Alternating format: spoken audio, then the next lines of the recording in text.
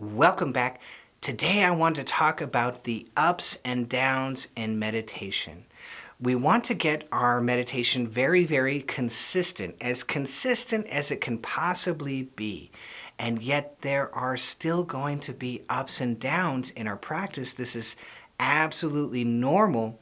And so I want to talk about that so that you know if you get into an up or a down, hey, this is normal. This is totally okay. This is part of the process. So I have some quotes and some comments and some stories I'd like to share. So let's get into it.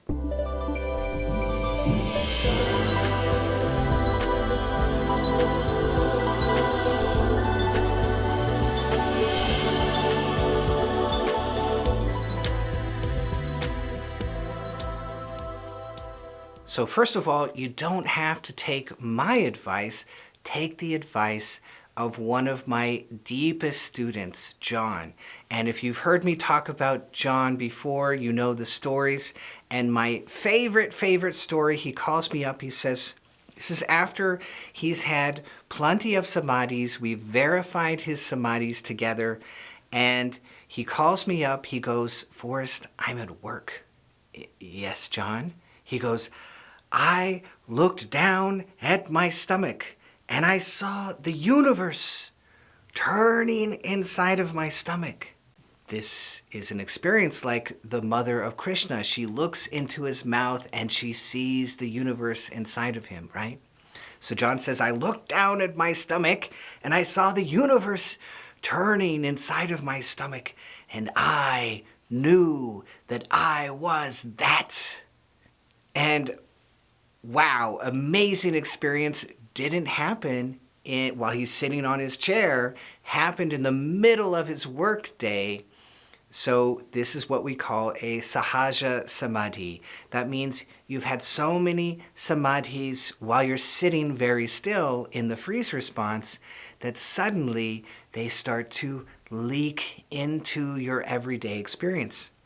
And this leaking in can be very small and very subtle, or it can be quite huge, like this experience was for John. And I could feel inside of him, it was kind of unsettling, as you might imagine.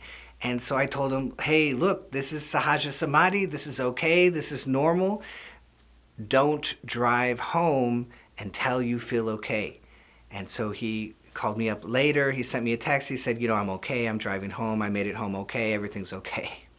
And then right away I had him talk to another student so he'd have another voice telling him, hey, this is okay, this is natural, this is normal, this is where it's going. And through that conversation he started to feel okay. Wonderful, wonderful, profound yogic state of being, right?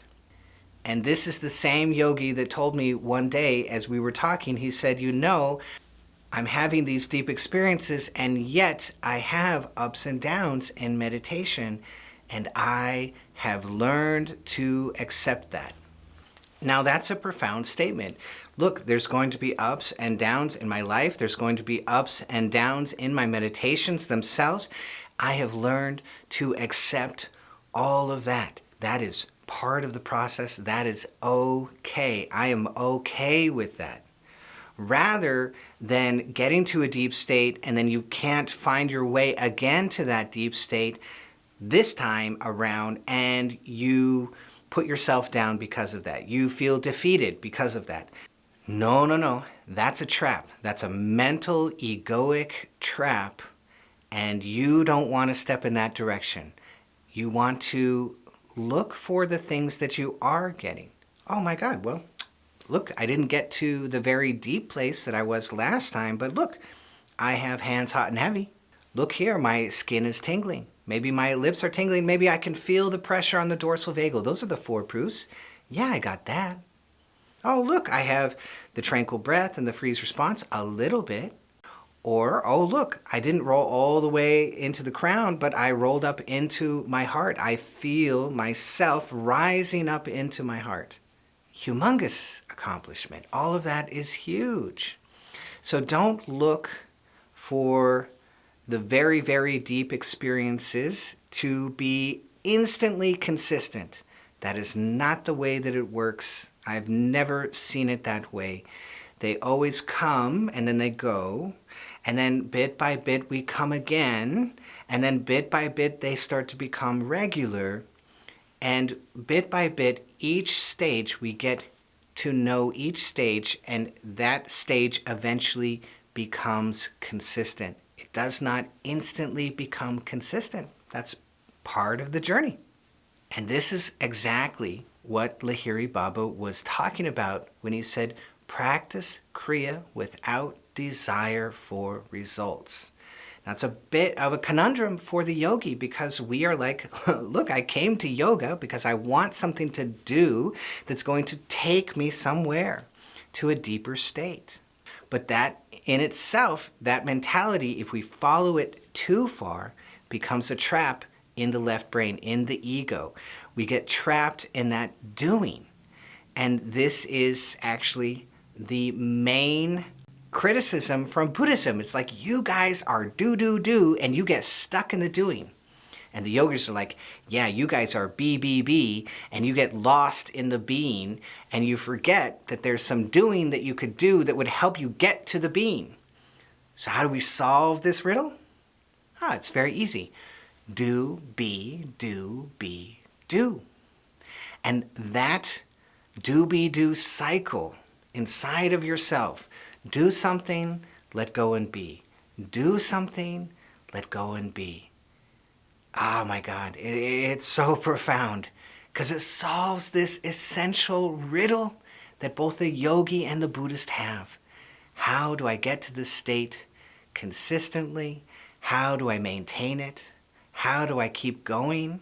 How do I accomplish all of this when it's such a profound riddle? Well, you just go back and forth.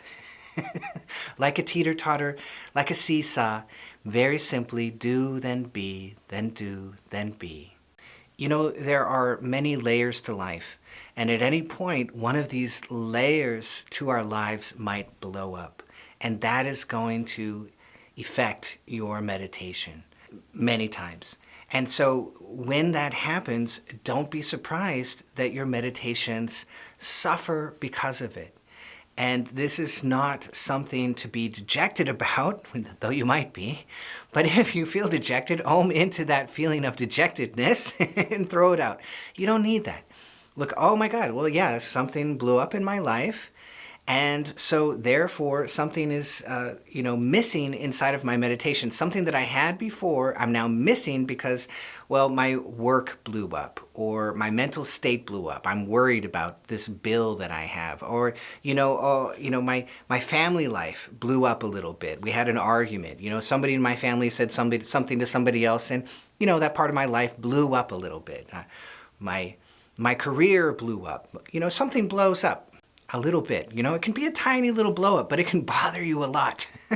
And when that happens, you're going to bring that bother into your meditation, of course, and so it's going to affect how the whole process works. And so you're just a little more wrapped up into your left brain at that moment. And so always come back to the basics when that happens. If we can solve the problem that's in our lives, if we can resolve it emotionally inside of ourselves, okay, this is going on, and I ohm into all the feelings around that, and I let it go. If I'm very angry about what happened, maybe I beat up my pillow, or I go out in the woods and I yell and I get it off my chest, and I feel better. Maybe I write out 3 pages how angry I am, and I get it off my chest. These little, tiny, silly actions, we think they're small, but they're not. They're huge, because you get it off of yourself, and now you're free. And that's so huge, because now I am resolved, and everything in the yogic processes is going to start working correctly again. If I'm so deeply and profoundly wrapped up in a worry in the left brain, it's going to defeat me. Because now I have secondary gain. I really, really cannot let this go, because I really, really, really want to solve it. So when that happens, if you can solve it a little bit inside of your heart, inside of yourself, and let it go, surrender a little bit, it's going to be very helpful. And when that doesn't work, go back to your basics. the long out breath, right? Om japa in the chakras. Just sit very still. Just get the basics of the 4 proofs. Hands hot and heavy. All right. For just a minute, I did get into my parasympathetic system. That's amazing. My life blew up somewhere, and I'm still getting into my parasympathetic system. And give yourself a little pat on the back. Oh my God, I'm in a horrible situation, and yet I managed to get into my parasympathetic system.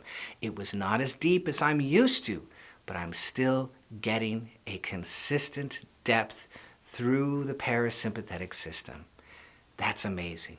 That's what we want. So I have a wonderful comment here I wanted to share with you. Hi Forrest, I've been doing the Om Japa on my chakras for about 2 months now. And a couple of times I've felt my heart chakra become more spacious, less dense, and I could actually feel some bliss for the first time. But it didn't last long, and the next day it was back to feeling dense. Why is that? It's not like something happened the time in between. And I responded, that's a roll-up of consciousness into the heart.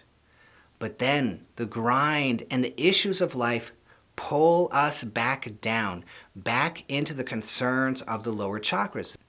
This is quite normal, but with a little time and a little practice, we jump into the heart and beyond more and more often in every meditative session until we can more consistently remain truly living in the upper nervous system.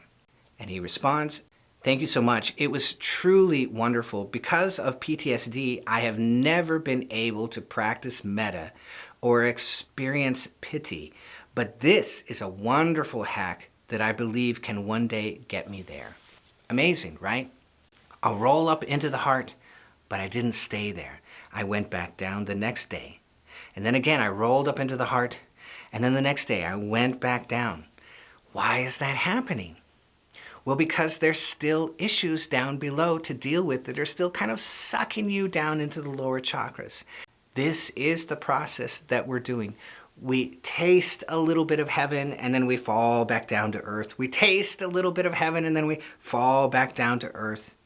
Brother Premamoy told the young monks, first your life will be like this, with these big ups, tasting heaven, falling back down, tasting heaven, falling back down.